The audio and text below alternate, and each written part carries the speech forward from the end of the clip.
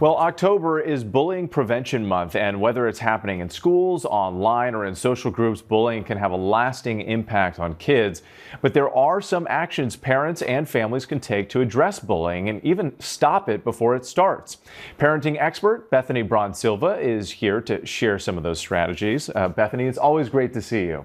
So let's start with the basics here. What should parents know about the kinds of bullying that kids are facing today? You know, bullying shows up, unfortunately, in lots of different ways. There's physical and verbal bullying, which is pushing or name calling. There's social bullying, which can include spreading of rumors or intentionally leaving a child out. Then we know cyberbullying, which is incredibly prevalent because so much of our kids' lives happen online. So that could be, unfavorably memeing someone or sending nasty messages. And it's important to know that if your child's coming to you with a concern, they might not label it as bullying. They might say, I wasn't invited to this party, or someone sending me, messages online. So it's important for parents to pick up on those subtle cues for sure. And if you do pick up on these cues and you suspect your child may be bullied, what are some of the first steps to take? I would say the first things first is to, offer a really safe and open ear. Don't jump into action right away. I know that you'll probably want to, but if your child's being bullied, chances are they're scared, they're feeling really vulnerable. So you want to offer up a nice, safe space for them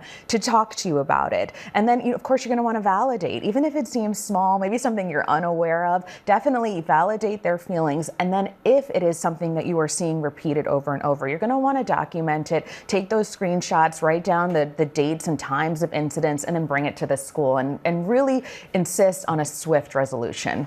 This is a tough one, I think, for a lot of parents. What if you think that maybe it's your child is the one who's doing the bullying? I think a lot of parents put on blinders. It couldn't happen. What are some of the signs to look for? Yeah, this is almost harder in some ways than the other way around. It's such a kind of tough thing to kind of wrap your head around. But if your child is displaying bullying behavior, the first thing to do is just stay calm. Just because they bullied someone or displayed this type of behavior doesn't mean it defines their entire character. So take a deep breath, ask gentle questions. It is a sign that something is going on underneath. Maybe they're under stress. Maybe they were bullied themselves. It's important to understand why this behavior happened, ask gentle questions, and then lead them back to empathy. Involve school counselors, teachers, people that can help you, because the really important thing is that journey back to empathy and not to shame them for this behavior, because then we probably see more of the behavior we're trying to stop. And trying to catch some of those warning signs that you pointed out there too. And what can families do at home? What conversations can they have to try to